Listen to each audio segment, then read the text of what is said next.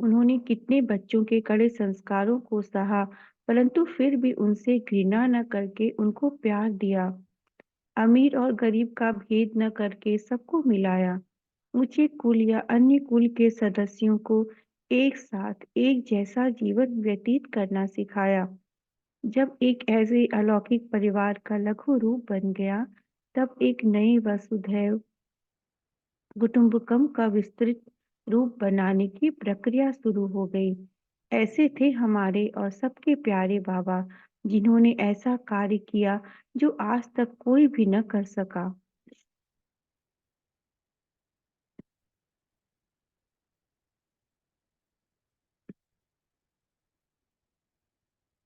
दादी प्रकाश मणि जी कहते हैं, 18 जनवरी का मेरा अनोखा और अविस्मरणीय अनुभव।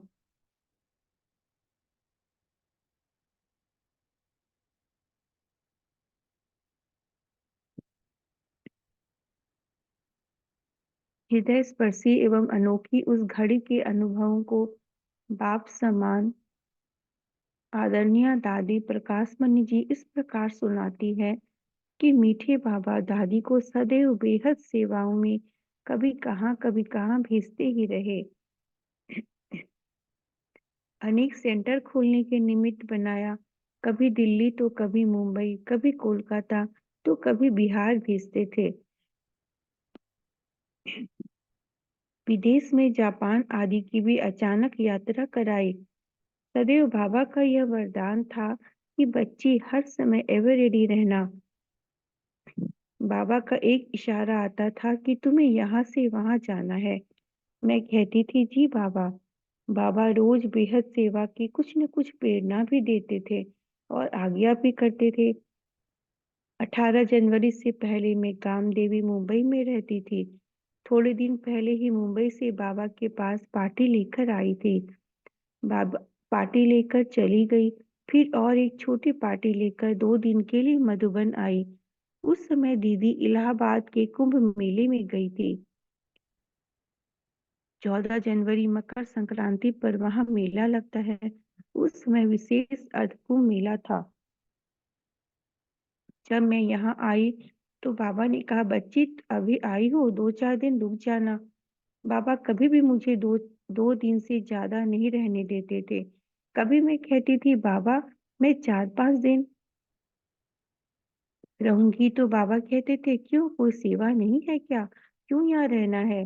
नहीं, सेवा पर चले जाओ, बादल भर के जाओ और वहां बरसो। जब बाबा ने खुद कहा कि 2-4 दिन रह जाओ तो मैंने कहा जी बाबा, मैं आई थी 14 जनवरी को और जाना था 16 जनवरी को। बाबा ने कहा बेटी पार्टी को जाने दो, दीदी भी नहीं है, थोड़े दिन रह जाओ। उस समय मधुबन की सारी कारोबार दीदी ही संभालती थी। बाबा हर बात में हम बच्चों को अनुभवी बनाते थे।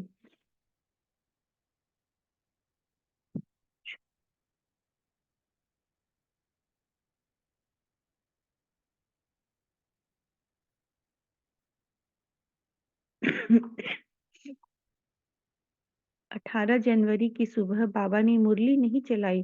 सवेरे से ही बाबा का स्वास्थ्य ठीक नहीं था। यज्ञ के इतिहास में और बाबा के तपस्वी जीवन में केवल यह एक ही दिन था जब बाबा ने प्रातः की मुरली नहीं चलाई थी, परंतु वे उस दिन सर्वोच्च स्थिति में स्थित थे। बच्ची डॉक्टर क्या करेगा, मैं तो सुप्रीम सर्जन से बातें कर रहा हूँ। जब हमने डॉक्टर को बुलाने के लिए कहा तो बाबा ने उसी मस्ती में कहा था कि बच्चे डॉक्टर क्या करेगा, मैं तो सुप्रीम सर्जन से बातें कर रहा हूँ। उसी दिन बाबा ने कहा, लाओ आज बच्चों को पत्र लिखो। बाबा के हाथ में थी वह लाल कलम जिसके सुंदर अक्षर सभी के दिलों को खींच लेते थे। बाबा ने सभी पत्रों के उत्तर दिए। बाबा ने लिखा था, बच्चे सदा एक मत होकर चलना है, एक की याद में रहना है और सदा शक्तियों को आगे रखना है, तब ही सेवा में सफलता होगी। ये अंतिम पत्र कई बच्चों ने अपने दिल में छुपा कर रख लिए थे। कितनी सौभाग्यशाली थी वे आत्माएं जिन्हें स्वयं सृष्टि रचयिता ब्रह्मा ने अपने हस्तों से पत्र लिखे थे। दिन में बाबा उँगली पकड़कर मुझे मधुबन का आंगन घुमाते रहे। उस समय यह ट्रेनिंग सेंटर बन रहा था। बाबा मेरी अंगुली पकड़कर दिखा रहे थे। दिन का भोजन कर बाबा ने विश्राम भी किया। शाम के समय कोई पार्टी आई थी, बाबा उनसे भी मिले। फिर उस दिन बाबा ने कहा, आज रात कुछ बोली नहीं, आज रात का भोजन थोड़ा जल्दी कर लेते हैं। उस दिन बाबा ने रात 7 साढ़े 7 बजे भोजन किया। वैसे तो रोज 8:30 बजे भोजन करते थे। भोजन के बाद बाबा रात्रि क्लास में भी आए। क्लास में बाबा ने शिक्षाओं भरी मधुर मुरली सुनाई। अच्छा बच्चे विदाई। उस दिन बाबा 8 बजे ही क्लास में आए और साकार रूप के वे अंतिम महावाक्य तो दिल में समाने जैसे हैं। बाबा ने कहा था, बच्चे सिमर सिमर सुख पाओ, कलह क्लेश मिटे, सब तन के जीवन मुक्ति पाओ। बच्चे निंदा हमारी जो करे, मित्र हमारा सोई। तुम्हें किसी की भी निंदा नहीं करनी और किसी से वैर विरोध भी नहीं रखना।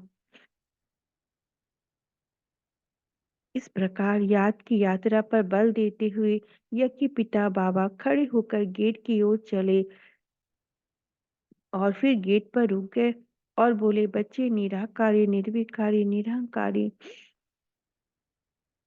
हैं, वैसे ही बच्चों को भी बनना है।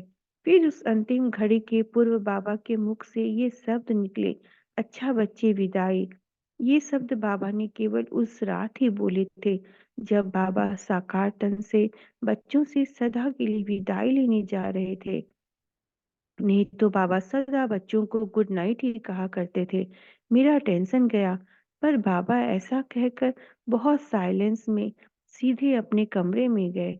बाबा बहुत साइलेंस में थे, किसी से कुछ बोले ही नहीं। सदैव बाबा मुरली के बाद गद्दी पर बैठते थे, लेकिन उस दिन बाबा सीधे जाकर पलंग पर बैठ गए। पकड़ा हुआ हाथ ढीला हुआ, मैं कहने लगी, बाबा बाबा। अधिकतर मैं रात के समय कभी बाबा के कमरे में नहीं जाती थी। उस दिन मालूम नहीं मुझे ख्याल आया कि बाबा से गुड नाइट करूं।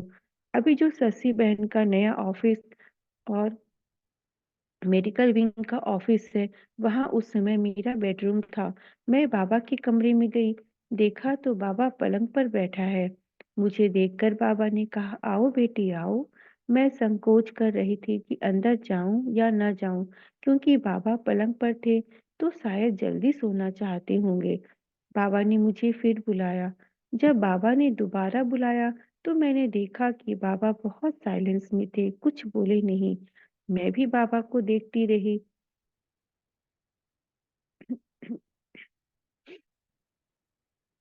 दीदी स्क्रॉल करेंगे।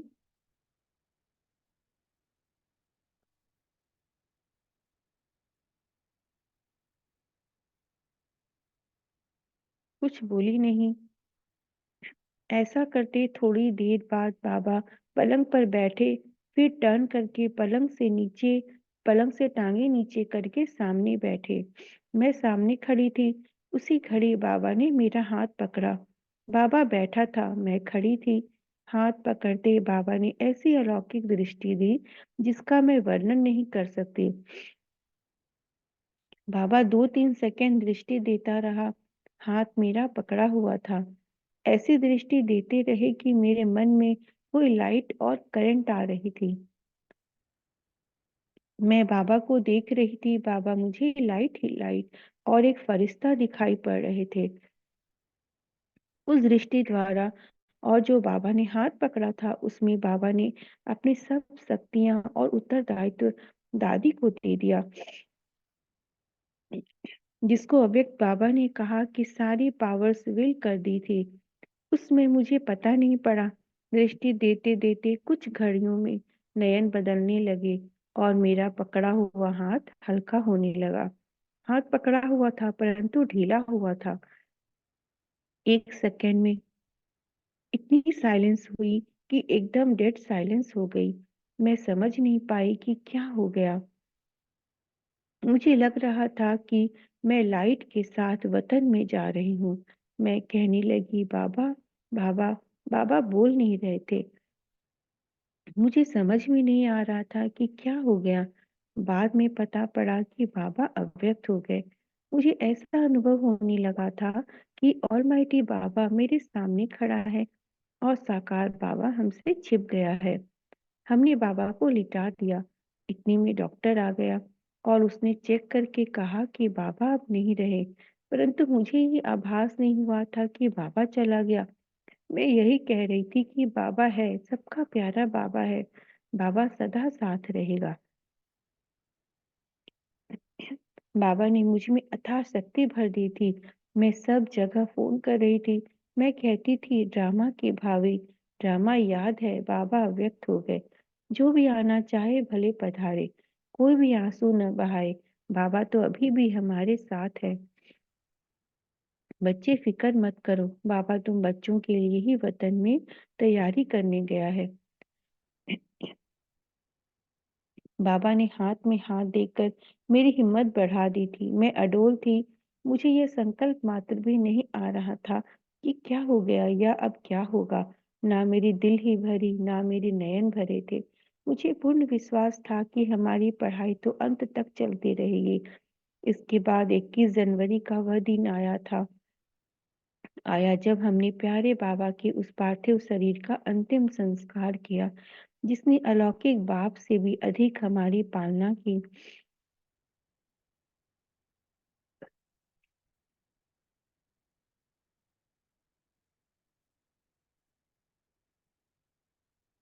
हमें दुलार दिया, जिसकी गोद में खेलकर हम छोटे से बड़े हुए,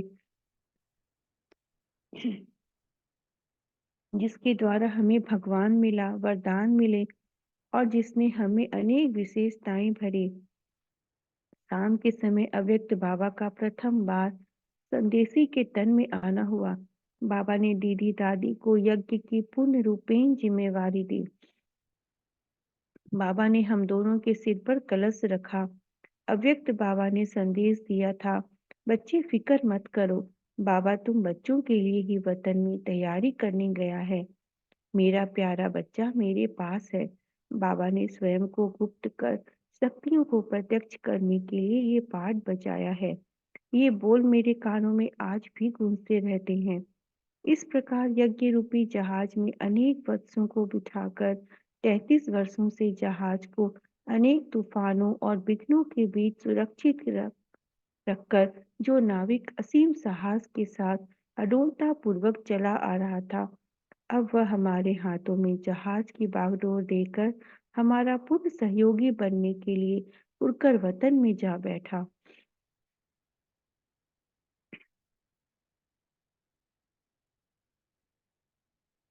ओम शांति। दीदी इतना ही पढ़ना है क्या?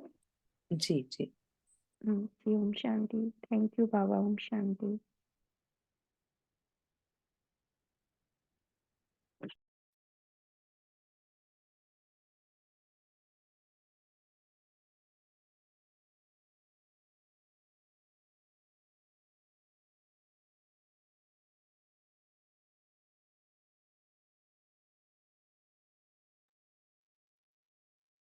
ओम शांति। मीठे प्यारे बाबा, ओम शांति सभी दिव्य आत्माओं को। सबसे पहले आज की अव्यक्त मुरली क्लास में मीठे प्यारे बाबा का आह्वान करेंगे। आओ मेरे मीठे प्यारे बाबा, हम सभी बच्चों के बीच में हम सभी बच्चे आपका स्वागत करते हैं। आओ बाबा, हम सभी बच्चों को अपने ज्ञान रत्नों से सजाने। हमारी करुण पुकार को सुनकर बाबा परम धाम छोड़कर हमारे बीच आ जाते हैं और हम सभी बच्चे बाबा के मुख से मुरली सुनकर धारण करते हैं। आज की अव्यक्त मुरली की डेट है 18/12/87 और इसका टाइटल है कर्मातीत स्थिति की गुह्य परिभाषा। स्क्रॉल कीजिए ऊपर। कर्म बंधन की सूक्ष्म रस्सियों से मुक्त हो कर्मातीत कर्मातीत स्थिति के समीप पहुंचने की युक्तियां बताते हुए विदेही बाप दादा बोले, आज विदेही बाप दादा अपने विदेही स्थिति में स्थित रहने वाले श्रेष्ठ बच्चों को देख रहे हैं। हर एक ब्राह्मण आत्मा विदेही बनने के व कर्मातीत बनने के श्रेष्ठ लक्ष्य को ले संपूर्ण स्टेज के समीप आ रही है। तो आज बाप दादा बच्चों की कर्मातीत विदेही स्थिति की समीपता को देख रहे थे कि कौन कौन कितने समीप पहुंचे हैं। फॉलो ब्रह्मा बाप कहाँ तक किया है वह कर रहे हैं। लक्ष्य सभी का बाप के समीप और समान बनने का ही है, लेकिन प्रैक्टिकल में नंबरवार बन जाते हैं। इस देह में रहते विदेही अर्थात कर्मातीत बनने का एग्जाम्पल साकार में ब्रह्मा बाप को देखा। तो कर्मातीत बनने की विशेषता क्या है? जब तक यह देह है, कर्मेंद्रियों के साथ इस कर्म क्षेत्र पर पाठ बजा रहे हो, तब तक कर्म के बिना सेकंड भी नहीं रह सकते हो। कर्मातीत अर्थात कर्म करते हुए कर्म के बंधन से परे। एक है बंधन और दूसरा है संबंध।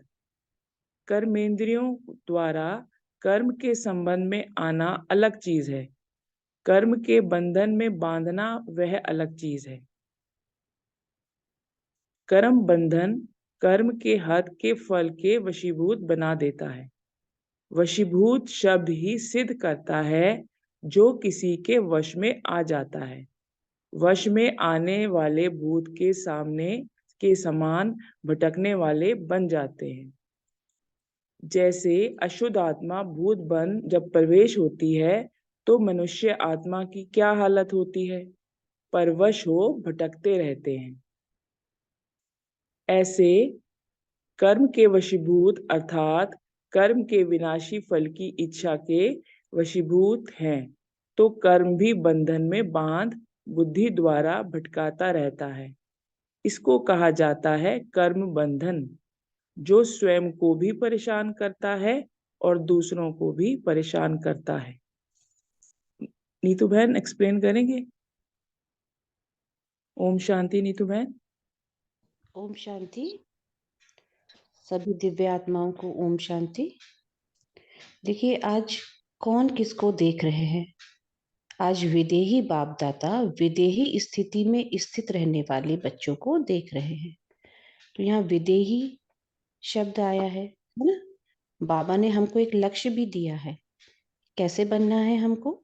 बाप समान, ब्रह्मा बाप समान बनना है। ब्रह्मा बाप के हाथों में हाथ देकर, बाबा के हाथों में हाथ देकर ही तो जाना है ना हम सबको, है ना। बाबा के साथ ही जाना है। तो कौन साथ जाएंगे? जो बाप समान बनेंगे वही साथ जाएंगे। तो बाबा जैसा विदेही है, ऐसे विदेही हमको भी बनना है।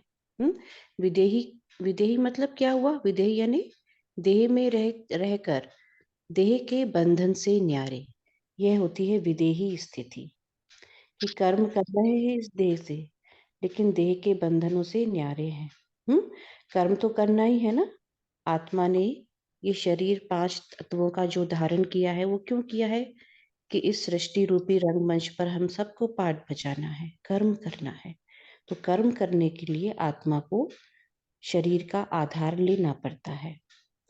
लेकिन ये कर्म करते हुए ये स्थिति रहे कि मैं आत्मा इन कर्मेंद्रियों के द्वारा, इस देह के द्वारा मैं कर्म करा रही हूँ। ये सब पूरे समय ये भान रहता है। तो यानी देह में कर्म करते भी हम दैहिक स्थिति से न्यारे रहे, दैहिक परिस्थिति से परे रहे। तो कर्मातीत अवस्था की बाबा ने जो पहली परिभाषा दी है वह है कर्मातीत अर्थात कर्म करते हुए कर्म के बंधन से परे। एक होता है कर्म का संबंध, एक होता है बंधन। संबंध माना कि कर्म तो करना ही है हमको, आत्मा को कर्म तो करना ही है शरीर के द्वारा, कर्मेंद्रियों के द्वारा।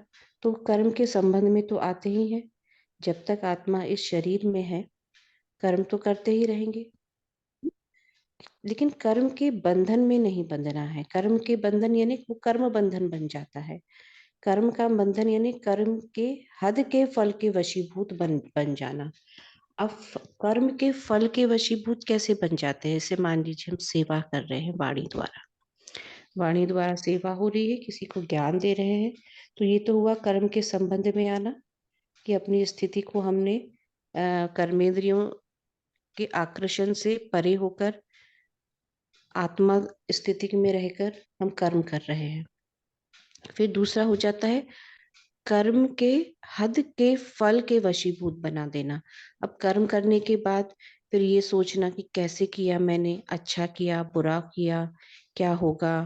अगर अच्छा किया है तो वो मैंपन में आ जाना, अगर मान लीजिए उसका फल कुछ अच्छा नहीं होता तो दिल शिकस्त हो जाना।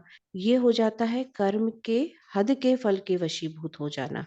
तो बाबा कहते हैं कि वशीभूत कौन होते हैं? जो भूत, वशीभूत यानी वश में हो गए, तो वश में आने वाले कौन वाले भूत की तरह भटकते रहते हैं, यानी उनकी स्थिति कैसी हो जाती है?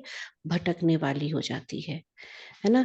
उनमें यही ख्याल चलते रहते हैं कि मैं कर्म किसने किया? मैंने किया, ये मेरा कर्म है। अब इसका फल अच्छा हुआ है तो इसमें मैंपन आ गया, अहंकार आ गया। तो ये हो गया कर्म के हद का फल के वशीभूत हो जा रहा, वही उसकी उसी उसी के ख्याल चल रहे हैं, वही वही सोच रहे हैं। कर्म से हम डिटैच नहीं हो पा रहे, हम ये नहीं सोच पा रहे कि कौन करनहार है, कौन करावनहार है। ये हम ये स्पष्ट नहीं हो पा रहा है। जब ये चीजें स्पष्ट नहीं हो पाती तो हम कर्म के बंधनों में आ जाते हैं, यानी अपने ही कर्मों की डाली में फंसकर फड़फड़ाते रहते हैं। तो उससे मुक्त होने का तरीका हमको इस मुरली में बाबा बता रहे हैं ना। बहुत इंपॉर्टेंट, बहुत शक्तिशाली मुरली है। ध्यान से पढ़ेंगे इसको, है ना। पेन डायरी लेके तैयार रहेंगे, एक एक परिभाषा जो बाबा ने दी है उसको नोट करते चलेंगे। तो बाबा ने कर्मातीत क्या बताया? कर्मातीत अर्थात कर्म करते हुए कर्म के बंधन से परे रहना, कर्म को बंधन नहीं बनाना। कर्म के संबंध में तो हमको आना ही पड़ेगा, लेकिन वो बंधन ना बन जाए, ऐसा ना हो कि हम उसी में फंस कर रह जाए। ठीक है। ओम शांति। हाँ, आगे पढ़ेंगे।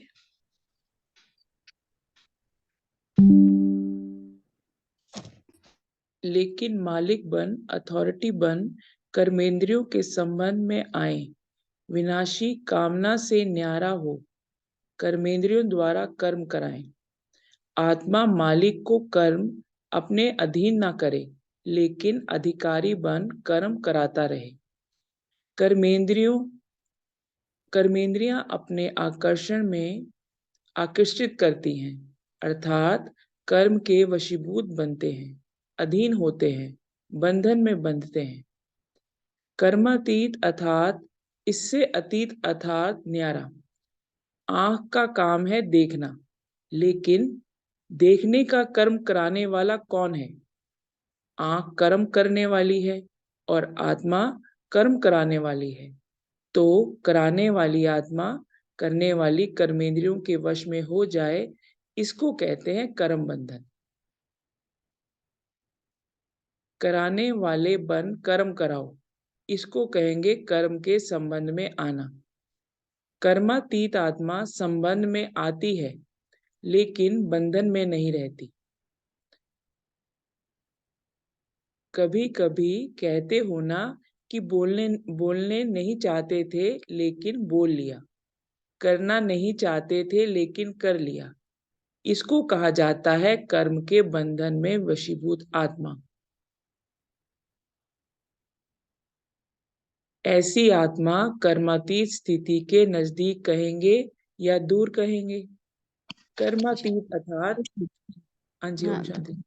हाँ, देखिए यहाँ बाबा ने कितना स्पष्ट किया है कि कर्मेंद्रियों से कर्म कराना, है ना, ये अलग चीज है। विनाशी कामना से न्यारा होकर कर्मेंद्रियों से कर्म कराए। विनाशी कामना यानी ऐसी कोई कामना जिसमें हम कर्मेंद्रियों में, हमारी कर्मेंद्रियों को हम लिप्त कर लें। किसी कर्मेंद्रियों से भी सुख प्राप्त हो रहा है और बार बार कर्मेंद्रिय उस तरफ आकर्षित हो रही है। जैसे बाबा ने कहा कि आंखों से हम देखने का कर्म कर रहे हैं, ठीक है। अब कोई भी दृश्य हम देखते हैं तो वो आंखों के द्वारा देखते हैं, सेवार्थ या कोई, इससे हमने कोई चीज देखी और देख के तुरंत उससे डिटैच हो गए, तो ये स्थिति होनी चाहिए। लेकिन इसके परे क्या हो जाता है कई बार कि कोई भी दृश्य बहुत ज्यादा आकर्षित करता है, बार बार मन उसकी तरफ खींच रहा है, बार बार देखने की कामना हो रही है, तो ये हुआ विनाशी कामना। इससे न्याय होकर हमें कर्म करना है। कोई भी चीज है जैसे कि कोई खाने की वस्तु ही समझ लीजिए, कोई भी चीज बार बार खाने की इच्छा हो रही है, हम्म, टेस्ट के उसमें फंस गए, कहीं दृश्य में फंस गए, बार बार हमारी कर्मेंद्रियां उसी तरफ आकर्षित हो रही हैं। किसी किसी को बहुत अच्छे कपड़े पहनने का शौक होता है, बार बार मन उसी तरफ जाता है। जब तक कहीं देखा किसी के पास, अगर ये कपड़ा देखा, कुछ अच्छे वस्त्र देखे या अच्छे गहने देखे, तो ये बार बार इच्छा होती है कि जाके मुझे भी खरीदना चाहिए, मुझे भी ऐसा पहनना चाहिए। ये होती है विनाशी कामना, है ना। तो इस कामना से न्यारे होकर कर्मेंद्रियों को किसी भी कामना में लिप्त नहीं करें, उससे न्यारे होकर हम कर्मेंद्रियों से काम लें। आत्मा मालिक है ना कर्मेंद्रियों की, तो पूरा कंट्रोल हमें कर्मेंद्रियों के ऊपर होना चाहिए कि हमें बोलना है तो कितना बोलना है, कैसा बोलना है। कोई दृश्य देख रहे हैं तो उसको बस देख के उससे डिटैच होना है, ये नहीं कि उसमें फंस जाए, बार बार हमें देखने की इच्छा हो रही है ना, बार बार वही चीज खाने की इच्छा हो रही है, तो ये होती है कर्म विनाशी कामना। तो जब हम कर्मेंद्रियों से कर्म ले, तो इस चीज का ध्यान रखें, किसी विनाशी कामना में लिप्त होकर तो हम कर्म कर्म नहीं कर रहे हैं, कहीं हम कर्म के बंधन के वशीभूत तो नहीं हो गए हैं। तो बाबा ने कहा कि कर्म के बंधन की वशीभूत आत्मा, ऐसी आत्मा कर्मातीत स्थिति के नजदीक कहेंगे या दूर कहेंगे। अगर हम किसी कर्म के बंधन में आ रहे हैं, वो हमको बांध रहा है, बार बार हमें वही करने की इच्छा हो रही है, जो नहीं चाहते थे वो करते जा रहे हैं, कंट्रोल नहीं है, तो उसको हम क्या कहेंगे, वशीभूत ही कहेंगे ना। हाँ, यानी भूत के वश में हो गए। ये विनाशी कामना क्या है, यही तो भूत है ना। तो इस भूत के वश में अगर हो गए हैं, तो हम क्या कहेंगे, क्या कर्मातीत स्थिति के नजदीक है या दूर है, ये प्रश्न अपने आप से पूछना है। जी दामिनी बहन आगे बढ़े। जी दीदी। कर्मातीत अर्थात देह, देह के संबंध, पदार्थ, लौकिक चाहे अलौकिक, दोनों संबंध से, बंधन से अतीत अर्थात न्यारे। बल संबंध शब्द कहने में आता है, देह का संबंध, देह के संबंधियों का संबंध, लेकिन देह में व संबंध में अगर अधीन है तो संबंध भी बंधन बन जाता है। संबंध शब्द न्यारा और प्यारा अनुभव कराने वाला है। आज की सर्व आत्माओं का संबंध बंधन में सदा स्वयं को किसी न किसी प्रकार से परेशान करता रहेगा, दुख की लहर अनुभव कराएगा, उदासी का अनुभव कराएगा। विनाशी प्राप्तियां होते भी अल्पकाल के लिए वह प्राप्तियों का सुख अनुभव करेगा। सुख के साथ साथ अभी अभी प्राप्ति स्वरूप का अनुभव होगा, अभी अभी प्राप्तियां होते भी अप्राप्ति स्थिति का अनुभव होगा। भरपूर होते हुए भी अपने को खाली खाली अनुभव करेगा। सब कुछ होते हुए भी कुछ और चाहिए, ऐसा अनुभव करता रहेगा। और जहां चाहिए चाहिए है वहां कभी भी संतुष्टता नहीं रहेगी। मन भी राजी, तन भी राजी रहे, दूसरे भी राजी रहे, यह सदा हो नहीं सकता। कोई ना कोई बात पर स्वयं से नाराज या दूसरों से नाराज ना चाहते भी होता रहेगा, क्योंकि नाराज अर्थात नाराज अर्थात राज को नहीं समझा।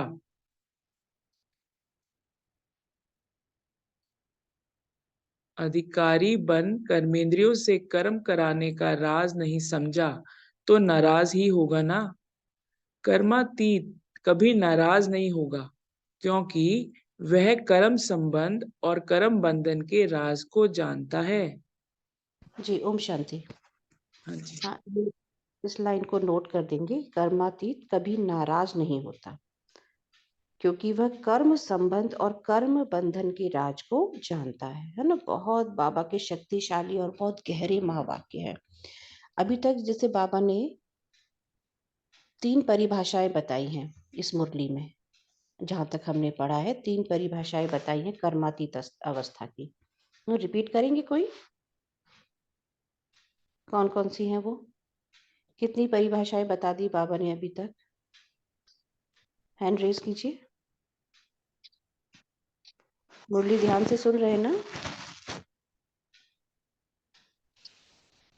ओम शांति। हाँ जी, बताइए रंजना मैम। हाँ जी, पहला तो बाबा ने बताया कि कर्म के वश होने वाले नहीं, कर्म करते हुए भी कर्म के बंधन से मुक्त। और जी फिर दूसरा बताया कर्मातीत अर्थात देह और देह के संबंध, पदार्थ लौकिक चाहे अलौकिक, दोनों संबंध से न्यारे। और जो कर्मातीत होते हैं कभी नाराज नहीं होते। ओम शांति। ओम शांति। बहुत अच्छे बताए। और कोई बताएंगे?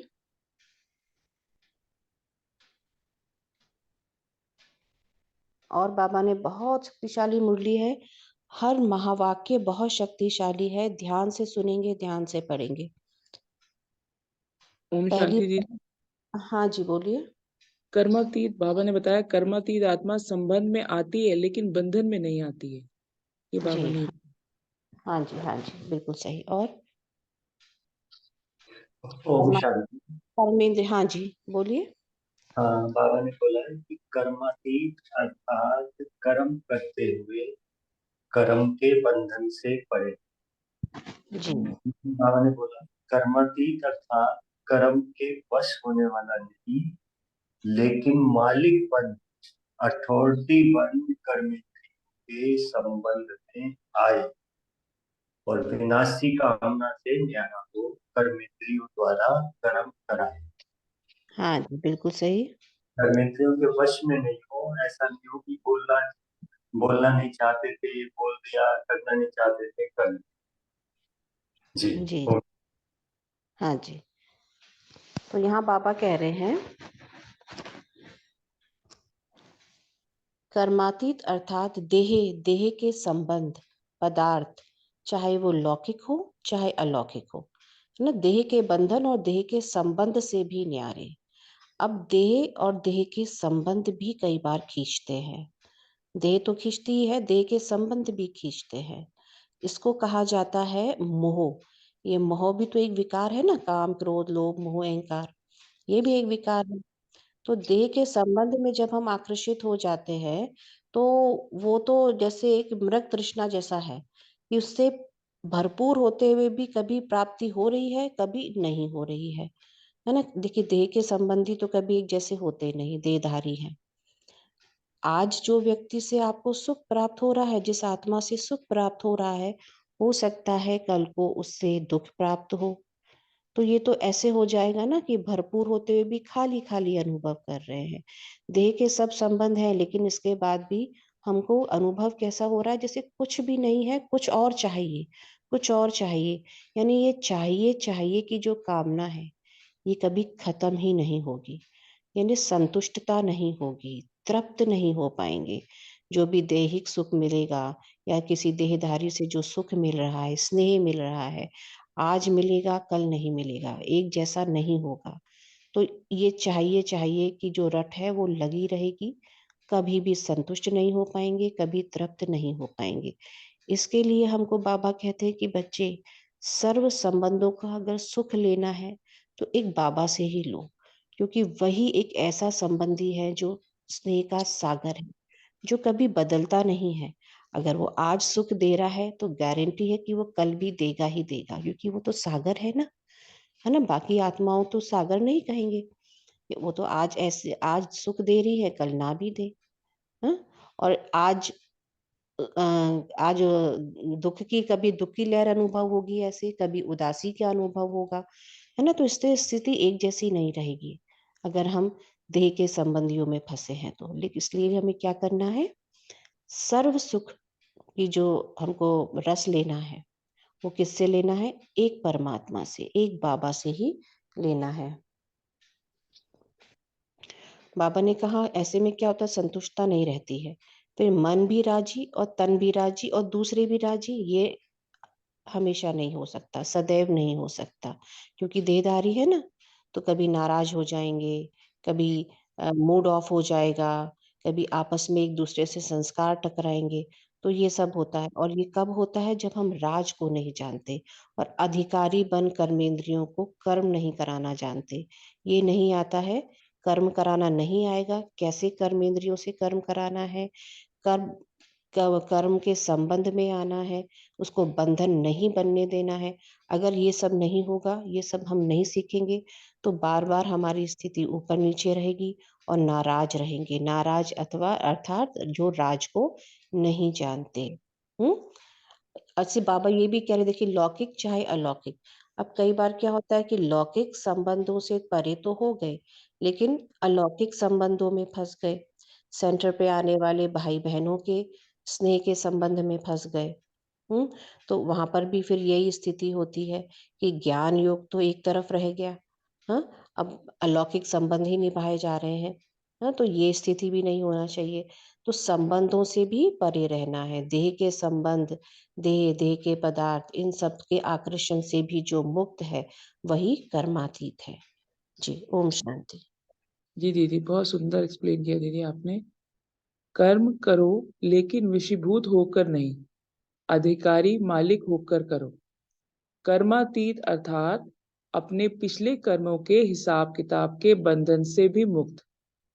चाहे पिछले कर्मों के हिसाब किताब के फलस्वरूप तन का रोग हो, मन के संस्कार अन्य आत्माओं के संस्कार से टक्कर भी खाते हों,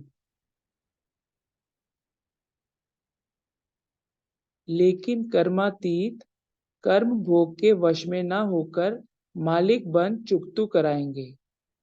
कर्म योगी बन कर्म भोग चुकतू करना, यह है कर्मातीत बनने की निशानी। योग से कर्म भोग को मुस्कुराते हुए सूली से काटा कर भस्म करना, अर्थात कर्म भोग को समाप्त करना है। व्याधि का रूप ना बने।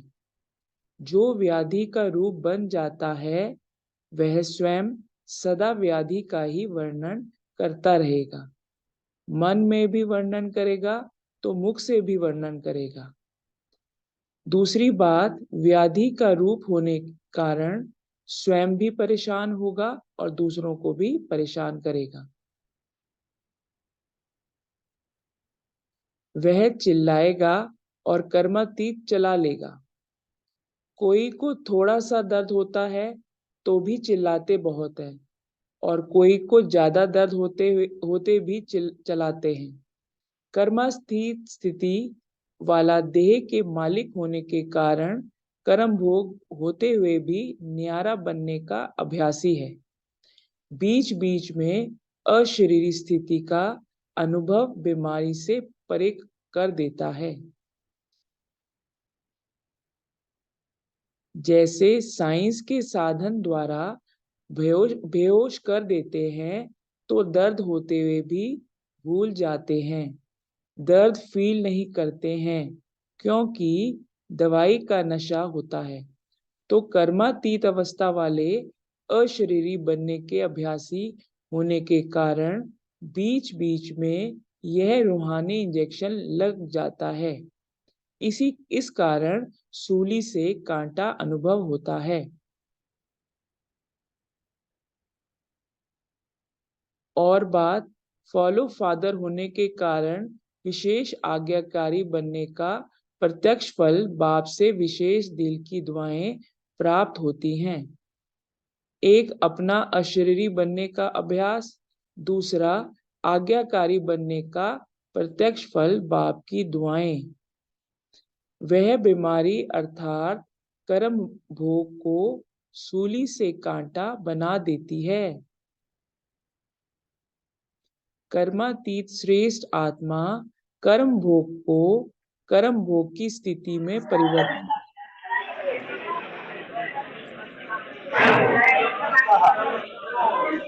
Please mic. तो ऐसा अनुभव है व बहुत बड़ी बात समझते हो। सहज है व मुश्किल है। हाँ, ओम शांति दामिनी बहन। हाँ जी, हाँ जी। देखिए बाबा क्या कहते हैं, कर्मातीत अर्थात अपने पिछले कर्मों के हिसाब किताब के बंधन से मुक्त। चाहे पिछले कर्म के हिसाब किताब के फलस्वरूप तन का रोग हो, मन के संस्कार अन्य आत्माओं के संस्कार से टक्कर भी खाते हो, लेकिन कर्मातीत कर्म भोग के वश न होकर मालिक बन चुकतू कराएंगे। कर्मयोगी बन कर्म भोग चुकतू करना, ये है कर्मातीत बनने की निशानी। अब पिछले जन्म के जो हिसाब किताब हैं, है ना, कर्मों के हिसाब किताब हैं, वो भी तो सामने आते हैं ना। किस रूप में सामने आते हैं? रोग के रूप में, व्याधि हो जाएगी, बीमार हो जाएंगे, तन का कोई रोग आ जाएगा, या फिर किसी अन्य आत्माओं के साथ हमारी संस्कारों की टक्कर होगी, तो इस रूप में भी जो है वो हिसाब किताब सामने आते हैं। अब बाबा कहते हैं कि हिसाब किताब को भी तो चुकतू करना है, लेकिन कैसे करना है? कर्म योगी बनकर करना है। तो कर्म योगी की क्या निशानियां होती हैं, थोड़ा इस पर चिंतन करेंगे कि कर्म योगी की क्या निशानियां होती हैं। क्या है कर्मयोग, और राजयोग और कर्म योग के बीच में क्या कनेक्शन है? क्या दोनों एक ही हैं? क्या राजयोगी ही कर्मयोगी हो सकता है? हाँ, तो कर्मयोग और राजयोग के बीच का कनेक्शन क्या है, ये समझेंगे। तो पहले बताएं कर्मयोगी किसको कहेंगे? कौन होते हैं कर्मयोगी? क्या है कर्मयोगी की निशानी, और किस विधि से कर्मयोगी कर्म करता है? हैंड रेज करेंगे, थोड़ा चिंतन करें, डिस्कशन करें।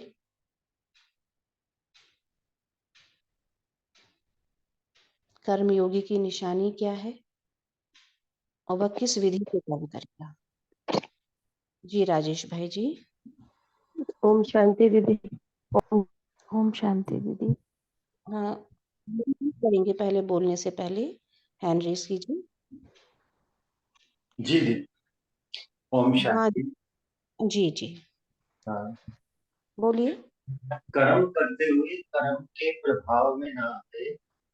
कर्म तो कर रहे हैं, लेकिन कर्मेंद्रियों द्वारा कर्म करवा रहे हैं। स्मृति ये रहे कि मैं आत्मा कर्मेंद्रियों द्वारा कर्म करा, कर्म किया, लेकिन उसमें सफल हुए या नहीं हुए, सक्सेस हुई या नहीं हुई, उसमें हार हुई, जीत हुई, गलत हुआ, सही हुआ, इसका किसी भी चीज का प्रभाव नहीं। मैं आत्मा कर्मेंद्रियों द्वारा कर्म करा रही हूँ। फिर अगर उस कर्म का प्रभाव आ जाता है तो फिर कर्म योगी नहीं हुए। जैसे बाबा थे ना, तो बाबा का लास्ट का जो सीन था कि कर्म योगी, कर्म भोग भी भोग रहे थे, लेकिन उस बीमारी का प्रभाव बाबा पर नहीं आया, तो वो कर्म योगी थे। हम कोई भी कर्म करते हैं, बीमारी होती है, घर की तकलीफ होती है, परेशानी होती है, अगर उसका प्रभाव आ जाता है तो फिर कर्मयोगी। कर्मयोगी माना हम सिर्फ कर्म करवा रहे हैं, लेकिन उसका प्रभाव मेरे ऊपर नहीं पड़ता। अगर देह समझेंगे तो फिर इसका मतलब प्रभाव आ रहा है, बीमारी है तो मुझे तकलीफ हो रही है, बीमारी है लेकिन मैं चुप तो करवा रहा हूँ, उसकी तकलीफ मुझे नहीं हो रही, तो ये है कर्म। और तकलीफ अनुभव हो रही है तो वो कर्मयोग है। कोई और कर्म कर रहे हैं, देह के संबंधों में, रिश्तों में बिखराव आ जाता है, कुछ और आ जाता है, अगर हम सही कर्म कर रहे हैं तो उसका प्रभाव मेरे ऊपर ना पड़े, ये है कर्म की स्थिति। ओम शांति। जी ओम शांति। जी गौरव भाई जी, आप कुछ कहना चाहेंगे? राजेश भाई जी ने बहुत अच्छा एक्सप्लेन किया। हाँ, आप कुछ कहेंगे? हाँ जी दीदी, कर्म योग का दीदी आप राजयोग और कर्म योग कह रहे हैं दीदी। तो कर्म योग का दीदी जहाँ तक मैं आपकी समझ पाई हूँ, एक होता है कि कर्म करते समय याद में रहना या योग में रहना। एक होता है दीदी कि हम योग में हैं ही, लेकिन कोई भी कर्म करते हुए, जैसे हम योग में हैं ही, पर योग में रहते हुए कर्म करना है। मतलब कि कर्म करने के लिए हमें याद आ रही है नहीं है, याद में तो हम हैं ही, पर याद में रहते हुए कर्म करना है। और कर्म के संबंध में भी नहीं आकर के हमें सेवा के संबंध में आना है। अगर सेवा के संबंध में आ रहे हैं, सेवा अर्थात कोई भी हमें प्राप्ति या इच्छा नहीं है ना? तो मतलब कि ये हुआ कि हमें मतलब निरंतर से होता है, राजयोगी, कर्मयोगी, और बाबा को बहुत शब्द प्यारा है निरंतर योगी ना। और जैसे भी आप एक्सप्लेन अभी बताएंगे हमें बहुत अच्छे से। तो जहाँ तक मैं आपको समझ पाई हूँ, याद में हमें रहना ही है, पर जब मुझे कोई कर्म करना है, मुझे सेवा के संबंध में आना है, तो मुझे इस देह का, इसकी कर्म इंद्रियों का, इसका अधिकारी बन करके मुझे इसका इस्तेमाल करना है। जैसे कि बाबा ने ऊपर बताया ना कि करणहार, मैं आत्मा मालिक करावनहार, ये शरीर है करणहार, सिर्फ करणहार सेवा के संबंध में आकर के इसका मुझे यूज करना है, और फिर सेकंड में मुझे इससे अलग हो जाना है। ओम शांति। शुक्रिया बाबा। ओम शांति जी। करणहार और करावनहार, हाँ, इन दोनों के बीच का अंतर स्पष्ट समझते हुए हमको कर्म करना है। ठीक है। अच्छा, अब एक और चीज ये है कि यार राजयोग और कर्मयोग के बीच का कनेक्शन स्पष्ट करेंगे। क्या राजयोग ही कर्मयोग है? जी देवेंद्र भाई जी, दोनों के बीच का जी। कनेक्शन ओम करें। शांति। ओम शांति। ओम शांति बहन। जी जी जी, कर्मयोग से राजयोग की प्राप्ति है। और दोनों वाइस वर्षा हो सकता है कि हम राजयोगी बनते हैं तो कर्मयोगी भी बनते हैं। तो दोनों तरीके से इसको समझा जा सकता है कि इधर हम कर्मयोगी जैसे आदैहिक क्रियाएं करते हैं, हम कर्म इंद्रियों को चलाते हैं। रावणहार जब बनते हैं तो हमारी कर्मयोगी स्थिति है, उस वक्त हम राजयोगी भी हैं। लेकिन 24 आउट ऑफ 24 आवर्स में अगर हम कैलकुलेट करें, चेक करें अपने आप को कि कितने समय हम कर्मयोगी रहते हैं और कितने समय हमारी कर्मयोगी अर्थात राजयोगी की स्थिति रहती है, कि हम राज जानते हैं। राज क्या जानते हैं कि मैं अविनाशी हूँ, मैं अमर हूँ, निराकार हूँ, निर्विकार हूँ। तो जब ऐसी स्थिति रहती है तो डिटैचमेंट है बॉडी से। लेकिन अगर डिटैचमेंट नहीं है, अटैचमेंट है, जैसे बाबा ने कहा कि संबंधों से, पदार्थों से, कर्म से, इन सबसे अगर न्यारा नहीं है तो फिर कर्म भोगी है कर्म योगी की बजाय। पहली बात। दूसरी बात जो आपने कही कि कर्म योगी, तो मेरा चिंतन चल रहा था कि जैसे बाबा दो टर्मिनोलॉजी और भी देते हैं, एक व्यभिचारी याद और अव्यभिचारी याद। तो हम इसको ऐसे भी समझ सकते हैं कि कर्म कर्म में याद, कर्म में अव्यभिचारी याद कर्म योगी है। मतलब एक बाबा की याद, या यूं भी कह सकते हैं कि हम आत्मिक स्वरूप में स्थित हैं। तो जब हम आत्मा हैं तो हमें परमात्मा निरंतर याद है। और अगर हम देह भान में हैं, शरीर भान में हैं, नाम रूप में हैं, तो फिर हमें वो याद जो है व्यभिचारी याद है। हम उसमें बहुत संबंधों के साथ भी याद कर रहे हैं, पदार्थों को भी याद कर रहे हैं, कुछ न कुछ देही का हमारा अटैचमेंट बना हुआ है, स्वयं की भी और दूसरों की देह से भी। जी, ओम शांति। जी। ओम शांति। बहुत अच्छा आपने कनेक्शन बताया, राजयोग और कर्मयोग।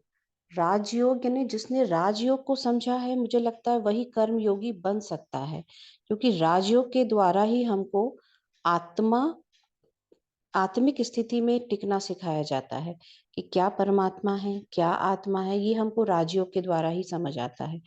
और जहाँ करणहार और करावनहार के बीच की जो अंतर है, वो भी स्पष्ट हम तभी कर पाएंगे जब हमने राजयोग को समझा है। जो आत्मिक स्थिति में कर्म करना है, वो हम राजयोग के द्वारा ही तो सीख रहे हैं ना। तो जो राजयोग को समझता है वही असली कर्मयोगी है। जिसने राजयोग का अभ्यास नहीं किया, वो कर्मयोग का अभ्यास भी नहीं कर सकता। और जो कर्मयोगी नहीं बन सकता, तो कर्म भोग भी वो चुकतो नहीं कर सकता, क्योंकि कर्म के भोग में फिर वो फंस कर रह जाएगा, उसी में परेशान हो जाएगा कि कर्म का भोग आ रहा है। जैसे व्याधि है, बाबा ने यहाँ बोला है, व्याधि को बोला है कि कोई बीमारी अगर आ गई है शरीर में, तो वो परेशान हो जाएगा, चिल्लाएगा, थोड़ा भी दर्द होगा तो चिल्लाते रहेंगे। लेकिन कर्मातीत स्थिति वाला क्या होगा? देह के मालिक बनकर उस कर्म भोग से न्यारा हो जाएगा। मैं आत्मा हूं, ये जो जो भोगना है वो शरीर की है, आत्मा तो शरीर से न्यारी है ना, तो अपने स्वयं को न्यारा कर लेगा कर्मातीत स्थिति वाला। हाँ, तो और उससे क्या होगा, वो कर्म भोग कब चुकतू हो जाएगा पता ही नहीं चलेगा। इसको बाबा कहते हैं अशरीरी स्थिति का अनुभव कर कर बीमारी से परे हो जाना। अशरीरी स्थिति यानी स्वयं को शरीर से न्यारा कर लीजिए कि ये जो व्याधि आई है ये शरीर की है, ये शरीर के हिसाब किताब है, मैं आत्मा इससे न्यारी हूँ। तो ये डिटैचमेंट की प्रैक्टिस करते करते शरीर से परे हो जाएंगे तो वो दर्द भी भूल जाएगा, जो शरीर का दर्द है वो भूल जाएगा। तो एक तो बाबा ने बताया कि कैसे हम इस कांटे सूली को काटा कर सकते हैं। पहले तो अशरीरी स्थिति का अनुभव, फिर दूसरा क्या बाबा फॉलो फादर करना है। फॉलो फादर यानी कि बाबा के आज्ञाकारी बनना है। जो भी श्रीमत बाबा ने दी है उस श्रीमत को एज इट इज जब हम फॉलो करते हैं तो हमें दिल की दुआएं प्राप्त होती हैं, है ना। जो भी हमको देखता है श्रीमत को ये फॉलो कर रहे हैं तो सर्व आत्माओं की, ब्राह्मण आत्माओं की, परिवार की दिल से दुआएं मिलती हैं और ये दुआएं ही फिर दवाई का काम करती हैं। तो ये दो तरीके बाबा ने बताए कि कैसे हम कर्म भोग से छूटकर कर्मयोगी बनकर कर्म भोग भी चुकतू कर सकते हैं। ओम शांति। दामिनी बहन आगे पढ़ेंगे। हाँ जी दीदी, तो बहन कुछ कहना चाह रहे हैं रेणुका बहन? हाँ रेणुका बहन बोलिए। जी ओम शांति। अभी आपने कर्म योग की बात की, जो कि मैं अभी उस दिन इसी चीज पे मनन चिंतन कर रही थी कि बाबा ने कहा एक दिन मुरली में कि एक दिन क्या बहुत बार मुरली में वो ये कहते हैं कि 8 घंटे का योग होना चाहिए। तो जाहिर है हम 8 घंटे बैठ के योग नहीं कर सकते, स्पेशली जब हम गृहस्थ व्यवहार में होते हैं तो हम 8 घंटे बैठ के योग नहीं कर सकते। तो मैंने फिर सोचा कि मुझे 8 घंटे योग करना है, कैसे करना है। तो देखो मॉर्निंग में हम अमृत वेला करते हैं, वो एक, और फिर इवनिंग में करते हैं समय निकाल कर, हमें लगता है कि हमें इस समय करना चाहिए वो। उसके बाद हम पूरे दिन में हमारी दिनचर्या कुछ इस तरीके से बनाते हैं कि जिसमें हम कर्म करते करते, बाबा को याद करते करते, कोई भी कर्म, बहुत कर्म करते हैं हम, ऐसे ऐसे कर्म कि हम खाना बना रहे हैं, हम सफाइयां कर रहे हैं, हम कपड़े धो रहे हैं, हम नहा रहे हैं, हम कोई भी बच्चों को इवन तैयार कर रहे हैं। तो वो जितने भी हम कर्म करते हैं, अगर उसमें बाबा की याद समाई हो, बाबा ने कहा ना कि कंबाइंड स्वरूप बनाकर चलो, तो अगर हम बाबा को याद करते हुए कर्म करें तो वो कर्म भी 8 घंटे में काउंट होते हैं योग में। तो बाबा ने कहा कि बैठ के याद करना के लिए वो कभी नहीं कहते, वो ये कहते हैं कि बच्चे मुझे चलते फिरते भी अगर तुम याद करोगे ना तो तुम मेरा सहयोग, मेरा साथ पाओगे और वो तुम्हें अनुभव होगा। वो कैसे हमें पता चलेगा कि हमें उनका अनुभव हो रहा है, जब हम बाबा को याद करते हैं, कुछ भी सोचते हैं या कुछ भी करते हैं तो हमें फील होता है कि बाबा की मदद मिल रही है। तो वो कर्म योग का ही प्रभाव होता है, जब हम बाबा को याद करते हैं, वो सब करते हैं तो हमें पता चलता है कि बाबा का जो सहयोग मिल रहा है कि इट मीन्स कि यस हम बाबा से कनेक्टेड हैं। ओम शांति। जी ओम शांति। यानी करावन हार जो है वो बाबा है, मैं आत्मा निमित्त बनकर कर्म कर रही हूँ। एक तो ये करावन हार की वो हो गया स्मृति रहे। दूसरी करावन हार यानी मैं आत्मा करावन हार हूँ और करणहार ये कर्मेंद्रिया है। तो मैं करावन हार आत्मा इन कर्मेंद्रियों से कर्म करा रही हूँ। तो ये जो करावन हार की स्मृति रहती है ना, यही कर्म योग है कि पूरे समय करावनहार और करणहार के बीच का अंतर है जब हम स्पष्ट करके कर्म करते हैं तो वो कर्म जो होता है कर्म भोग भी चुकतू होता जाता है और हम कर्म से इजीली डिटैच भी रहते हैं। जी दामिनी बहन पढ़ेंगे आगे। जी दीदी, छोटी को बड़ी बात बनाना या बड़ी को छोटी बात बनाना, यह अपनी स्थिति के ऊपर है। परेशान होना व अपने अधिकारीपन की शान में रहना अपने ऊपर है। क्या हो गया व जो हुआ वह अच्छा हुआ, यह अपने ऊपर है। यह निश्चय बुरे को भी अच्छे में बदल सकता है, क्योंकि हिसाब किताब चुकतू होने के कारण व समय प्रति समय प्रैक्टिकल पेपर ड्रामा अनुसार होने के कारण कोई बातें अच्छे रूप में सामने आएंगी और कई बार अच्छा रूप होते हुए भी बाहर का रूप नुकसान वाला होगा। वह जिसको आप कहते हो यह इस रूप से अच्छा नहीं हुआ। बातें आएंगी, अभी तक भी ऐसे रूप की बातें आती रही हैं और आती भी रहेंगी। लेकिन नुकसान के पर्दे के अंदर फायदा छिपा हुआ होता है। बाहर का पर्दा नुकसान का दिखाई देता है। अगर थोड़ा सा समय धैर्यवत अवस्था सहनशील स्थिति से अंतर्मुखी हो देखो तो बाहर के पर्दे के अंदर जो छिपा हुआ है आपको वही दिखाई देगा। ऊपर का देखते भी नहीं देखेंगे। होली हंस हो ना, जब वह हंस कंकड़ और रत्न को अलग कर सकता है तो होली हंस अपने छिपे हुए फायदे को ले लेगा। नुकसान के बीच फायदे को ढूंढ लेगा। समझा?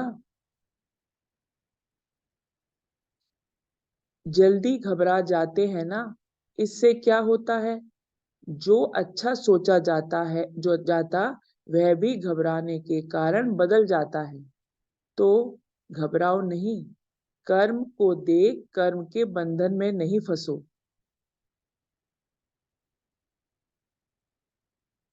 क्या हो गया, कैसे हो गया, ऐसा तो होना नहीं चाहिए।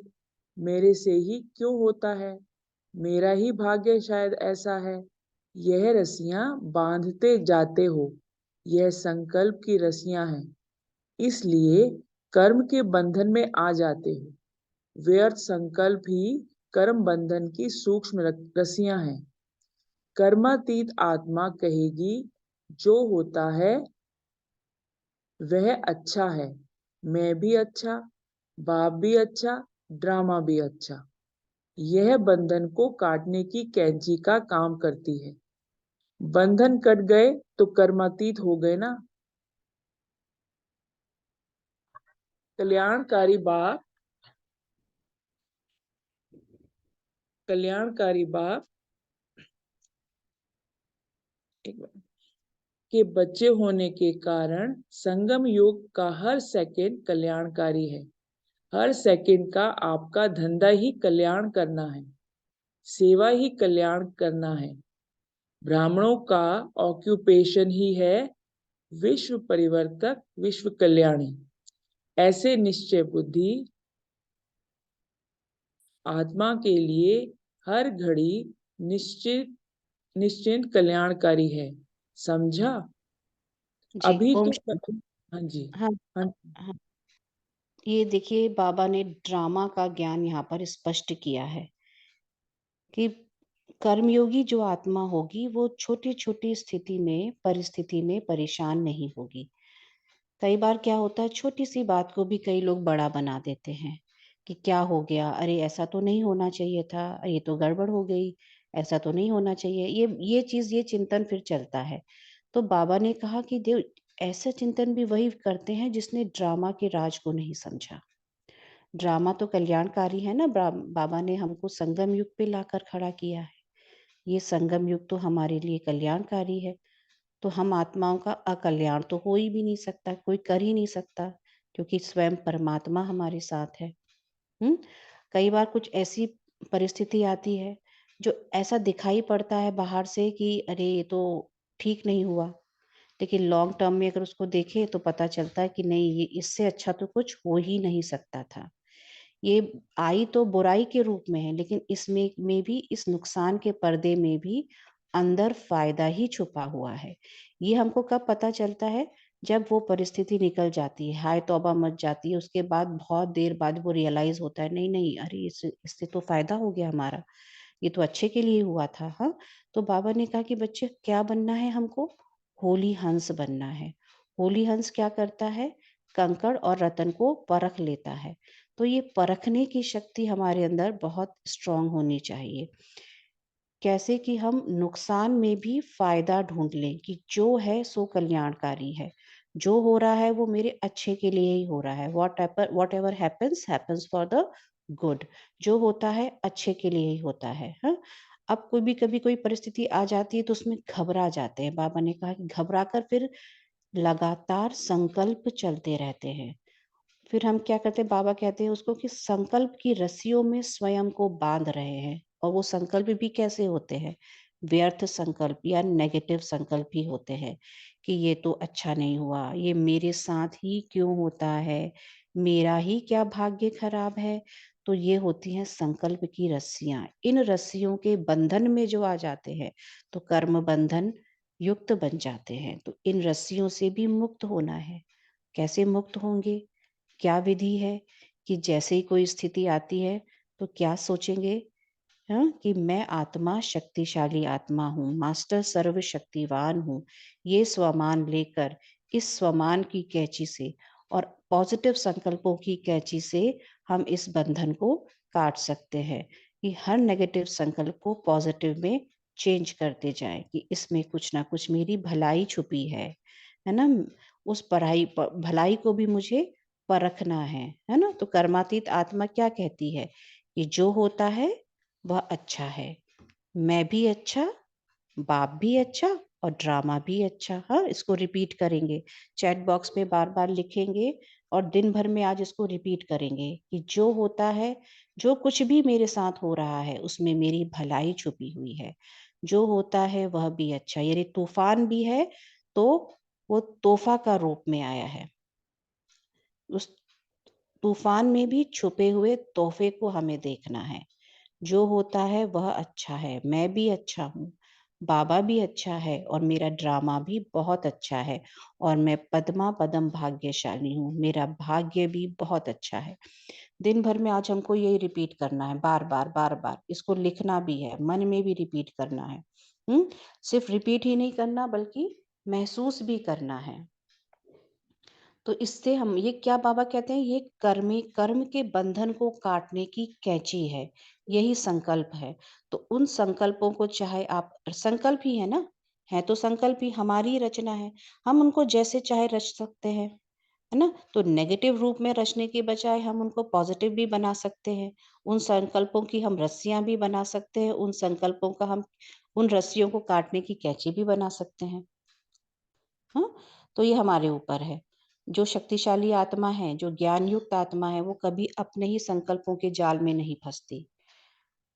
वो उसको संकल्प को कैसे इस्तेमाल करना है, कैसे संकल्पों की रचना करना है, ये नॉलेज हमको बाबा ने दी है। हाँ, तो इस नॉलेज को यूज करते हुए आगे बढ़ेंगे और अपने ही संकल्पों के जाल में फंसने की बजाय उनसे मुक्त होंगे, पॉजिटिव बनेंगे। हाँ, और ड्रामा पर निश्चय करके चलेंगे कि ये ड्रामा तो मेरे लिए बहुत अच्छा है, इसमें मेरा अकल्याण हो ही नहीं सकता, ये ड्रामा बहुत ही कल्याणकारी है। ठीक है जी। ओम शांति। दामिनी जी में हाँ जी। अभी तो कर्मातीत की परिभाषा बहुत है, जैसे कर्मों की गति गहन गहन है, कर्मातीत स्थिति की परिभाषा भी बड़ी महान है और कर्मातीत बनना जरूरी है। बिना कर्मातीत बनने के साथ नहीं चलेंगे। साथ कौन जाएंगे, जो समान होंगे। ब्रह्मा बाप को देखा। कर्मातीत स्थिति को कैसे प्राप्त किया। कर्मातीत बनने का फॉलो करना अर्थात साथ चलने योग्य बनना। आज इतना ही सुनाते हैं, इतनी चेकिंग करना और फिर सुनाएंगे। अच्छा। हाँ जी। ओम शांति। तो देखिए यहाँ पर ब्रह्मा बाप का साक्षात एग्जाम्पल हम सबके सामने है। कैसे ब्रह्मा बाप ने इतने महान कर्म करते हुए भी कभी भी वो अपने कर्मों के बंधन में नहीं फंसे। लास्ट स्थिति भी अभी हमने देखी ना, बुक रीडिंग हो रही थी, ब्रह्मा बाबा की विशेषताएं पढ़ रहे थे ना मधु बहन, तो हम सुन रहे थे। तो बाबा कैसे उड़ता पंछी बन आत्मा पंछी उड़ गया। सामने देखिए, जिन बच्चों को बाबा ने जीवन भर स्नेह दिया, जिन बच्चों को बाबा ने क्या से क्या बना दिया, वो सब बच्चे सामने खड़े थे। बाबा को वो भी आकर्षण नहीं हुई, अपने कर्मों की भी आकर्षण नहीं हुई। जब शरीर छोड़ना हुआ तुरंत शरीर बहुत आसानी से छूट भी गया। उस समय कर्म भोग और कर्म योग के बीच में युद्ध भी चल रही थी, लेकिन जीत किसकी हुई, कर्म योग की जीत हुई। तो ये बाबा का साक्षात एग्जाम्पल हमारे सामने है। तो हमको बाप समान ही बनना है ना, बाबा के हाथों में हाथ लेकर ही तो जाना है हम सबको। तो उसके लिए हमको बाप समान बनना ही पड़ेगा, बाबा को फॉलो करना पड़ेगा, ब्रह्मा बाप को फॉलो करना होगा। तो ब्रह्मा बाप को फॉलो करते चलेंगे तो इजीली कर्मातीत अवस्था को हम प्राप्त करेंगे। बाबा ने कहा कि अभी तो कर्मातीत की परिभाषाएं बहुत है, लेकिन पहले ये जो बाबा ने मुरली आज जो चलाई है कर्मातीत स्थिति के ऊपर, बहुत शक्तिशाली मुरली है। इसमें कई सारी परिभाषाएं बाबा ने कर्मातीत अवस्था की दी है। तो धारण करते चलेंगे इसको और इजीली कर्मातीत अवस्था को प्राप्त होंगे। हाँ बहन, हाँ जी, याद अब प्यार। हाँ जी, याद प्यार लेते हैं। सर्व अधिकारी स्थिति में स्थित रहने वाले, कर्म बंधन को कर्म के संबंध में बदलने वाले, कर्म भोग को कर्म योग की स्थिति में सूली से कांटा बनाने वाले, हर सेकंड कल्याण करने वाले, सदा ब्रह्मा बाप समान कर्मातीत स्थिति के समीप अनुभव करने वाले, ऐसे विशेष आत्माओं को बाप दादा का याद प्यार और नमस्ते। और हम बच्चों को सर्व अधिकारी स्थिति में स्थित कराने वाले, हर सेकंड बच्चों का कल्याण करने वाले, ऐसे मेरे प्यारे प्राण प्यारे बाबा को पद्मा पदमबार शुक्रिया, गुड मॉर्निंग और नमस्ते। आप सभी मीठे मीठे भाई बहनों को भी शुक्रिया जिन्होंने इतनी धैर्य पूर्वक मुरली का श्रवण किया। ओम शांति, ओम शांति। ओम शांति। अभी टाइम है 5 मिनट है, थोड़ा चिंतन करेंगे कि ये ड्रामा कल्याणकारी है। बाबा ने कहा कि ड्रामा जो है बहुत कल्याणकारी है। कभी किसी को ऐसा अनुभव हुआ है कि कोई स्थिति आई है जो सामने से दिख रहा है कि वो नुकसानदायक है, लेकिन उसमें बाद में पता चला कि वो फायदे के लिए थी? कभी कोई, यहाँ तो सभी ज्ञान युक्त आत्माएं बैठी हैं,